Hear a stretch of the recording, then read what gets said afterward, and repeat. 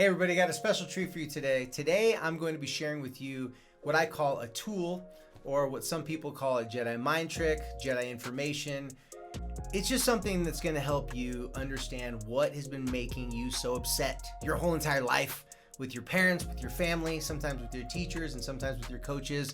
Today's information is going to blow your mind, but today's special because this is the information that I give to my students that take my course. Now, I'm not the actual teacher for every student that takes my course, but when kids that take my course learn this information, I've not had one person get this information and not come back to me and say, "Wow, now I understand what's going on." You are going to level up in your knowledge and understanding about human interaction and communication just by learning what I'm about to share with you. And this one is called statements versus questions. So if you hear me referring to students and talking like I'm actually talking to students, it's because this video is going to be shared with students that do not take my class from me, but from other teachers. So sit back, relax, grab your favorite caffeinated beverage, Capri Sun, juice box, water, whatever your thing is, and enjoy. And welcome to Tool Time.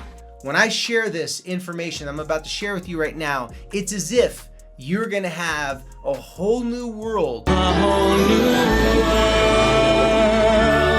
After you get this information, because you're not going to see people the same way. You're not going to see normal day-to-day communication the same way. You're going to have a serious advantage in communication and when you're trying to help someone or when you're trying to get help from someone just by knowing these skills and this information. Nunchuck skills, bow hunting skills, computer hacking skills.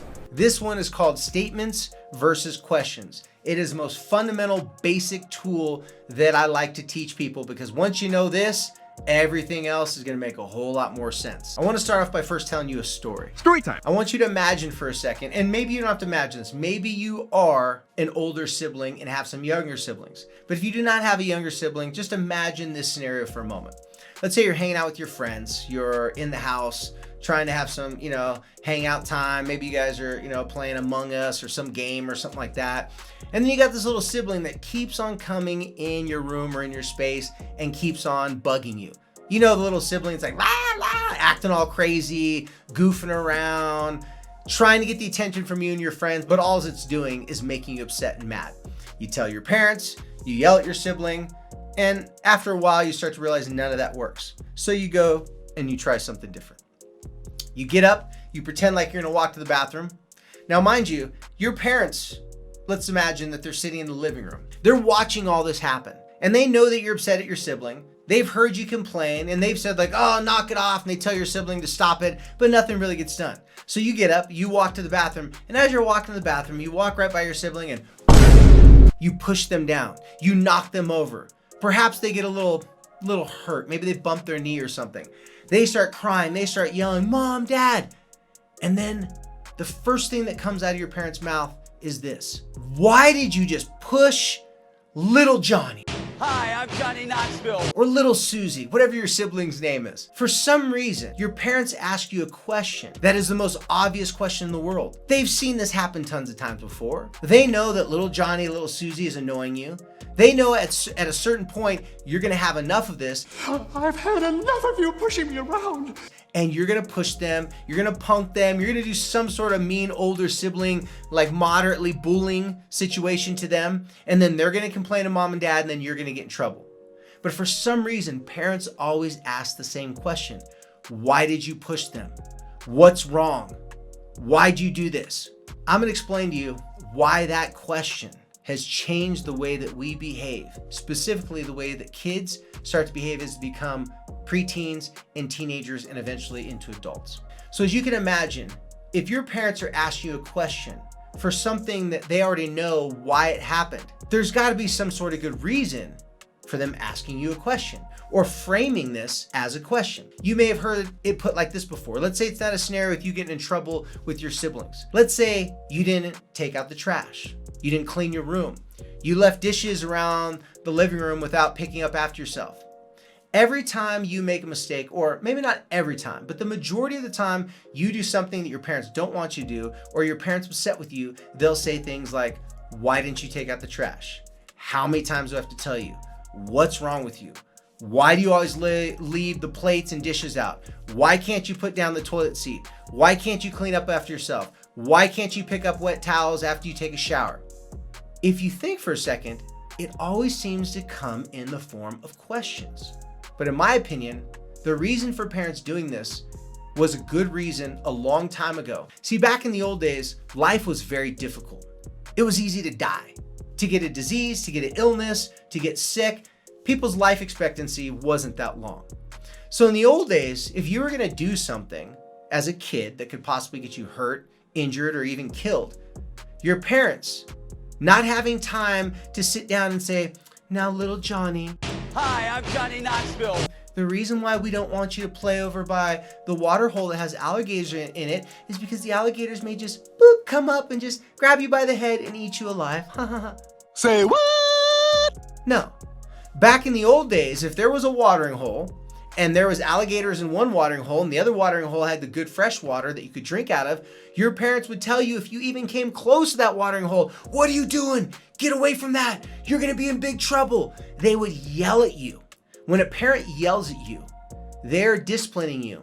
But what they're also doing is they're giving a very hard warning. A hard warning because serious bad things could happen to you. And so they have to shame you to make you feel it sting personally so that you don't have to feel the pain physically. So the best way to explain this is that when someone is making a mistake and they have undesired behavior, old school parenting would have them come in, ask you a bunch of questions, embarrass them in front of their friends, family members, basically call them out in front of everybody else, hoping that that shame and that embarrassment will teach them a lesson and they'll never want to do whatever they weren't supposed to be doing so that they can avoid that embarrassment. So a long time ago when parents would use shaming to stop their kids from doing something, it had a purpose. It could save them, right? Today, it doesn't have the same effect. The world we live in today doesn't have the same dangers. Now, I'm not saying that you as a teenager can't get hurt, can't make bad mistakes or choices that could cause you to be injured or have some sort of life-threatening accident. But what I am saying is that the world is much safer now. When you try to shame someone, or in this case, when your parents are trying to shame you, or an adult is trying to shame you, or even a friend's trying to shame you, it doesn't have the same type of impact as it used to if your brain tells you that what they're telling you you shouldn't be doing isn't that big of a deal. So that's why I use the example if a parent says, how come you didn't take out the trash? To a typical teenager, that question is like, well, I don't know, I forgot, I'm tired. And when a parent is freaking out and being really upset about you not taking out the trash, most teenagers look at the parent going, 5 letters here. RELAX. Relax. Relax. Like, why are you freaking out so much? Like, it's not that big of a deal. Now, in the parent's mind, there's a whole lot of stress going on throughout the day. There's a whole lot of things that have been happening that all builds up to one. And so when they're telling you, why didn't you take out the trash? You're getting their anger and frustration from all the other things in their life that they could not control at once. And they're just like, please, can you just please take out the trash? That's the one thing I'm asking you to do.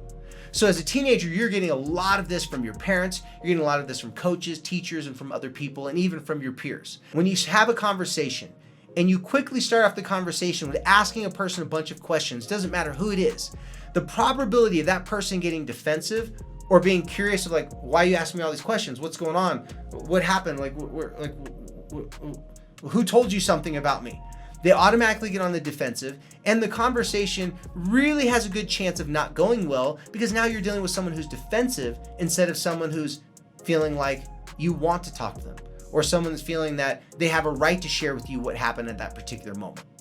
Now let's go back to when you're a child, starting around 5 years old. From 5 to 15, when your parents give you a compliment, when your parents are telling you you've done something good, it usually starts with a statement. I'm proud of you. You're so smart. You're talented. You're beautiful. I can't believe you figured this out. At your age, I didn't know half that much. You're smarter than I was at your age. See, these are times when you hear lots of statements, when you're getting a compliment. So just like with questions, our brain starts to go, doo, doo, doo, doo, doo. Statements are usually a good thing. And sometimes statements aren't a compliment. Sometimes the statements are a good reminder, like, hey, don't forget your backpack because it has your homework that you worked on all night last night, and I would hate for you to leave it at home and not get credit for it. If your parent was to tell you that, most students, most kids don't say, why are you reminding me of my homework? Leave me alone, quit bugging me. Most teenagers would say, oh my gosh, thank you. I totally forgot. So questions are usually associated with criticism, self-doubt, and doubting your capability and doubting your intentions. Just doubting if you're good enough. It's associated with shame. Statements are associated with compliments and helpful information. When you're talking to your friends and you're not sure how they're gonna handle what you're saying, also start with statements.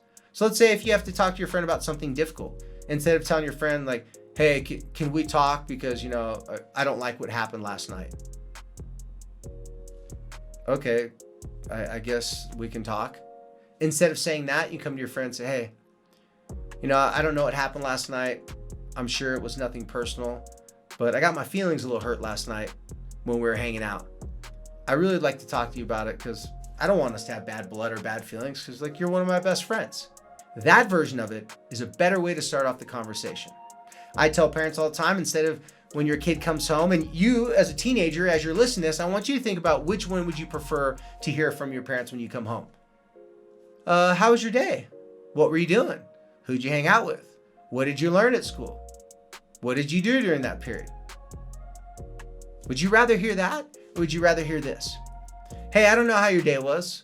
My day was kind of long and boring, so I don't really want to talk about my day.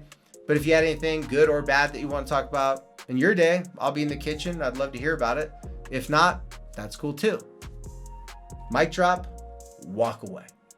The best thing that you can do when you want someone to talk to you willingly and voluntarily on their own is make a statement of what you're thinking, what you're feeling, and then invite them to talk to you and let them know that you want to hang out with them. Let them know that you want to talk to them, and then walk away.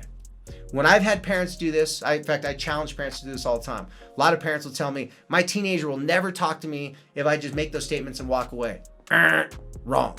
Every parent has told me when they try this, when they go to their kids, teenagers specifically, and they start making statements that they would like to talk to them about something, it drastically increases the chances that the conversation is going to go well. In fact, some parents that don't even have their teenagers usually talk to them at all, they'll come back and tell me that they're blown away that their teenager wasn't so aggravated and wasn't so distant and wasn't so guarded and just start talking to them eventually, even if it takes a couple days. So I want you to take that into consideration in your next conversation with your parents and with your friends. Think about this. When you're watching someone talking, you hear them asking lots of questions over and over again. Watch the person that they're asking the questions to. Look and see how the person reacts and how the person feels. Then, when you hear someone talking, making statements, and just telling someone that they would like to talk to them, see how that person reacts then. This is something you can do to help your friends in your conversations, make statements to them. And when you go to your parents, make statements to your parents too. Instead of saying, how come you didn't do this for me? How come you're always mad at me? Make it into a statement. It's a lot harder to make it into a statement, but put it into a statement. So instead of saying, how come you're always mad at me? You can go to them and say, listen, I know that you don't mean to always be upset with me, and I don't mean to always make you upset. I would like to know, though, what I could do to not make you as upset anymore. And if it's just simply like cleaning up my room and doing those things, maybe there's something that you could help me do so I can remember to do that, because I don't want to make you upset. Starting off conversations, making statements first, will change the game of every relationship you have. Now, once the conversation gets going and you feel like everything's good, there's good vibes between you and your parent, you and your friend, then you can ask all the questions you want. You can be like, hey, would you mind if I ask you a question? Usually people will be like, yeah, no problem. You can ask me a question. So to summarize all this, statements are good, questions are bad. Well, at least in the beginning. Remember, if you don't want drama in your life and you want things to be chill between your friends, your family members, pay close attention to when you start off the conversation. Make some statements first. It gets everybody warmed up, helps the conversation get going before you start asking questions.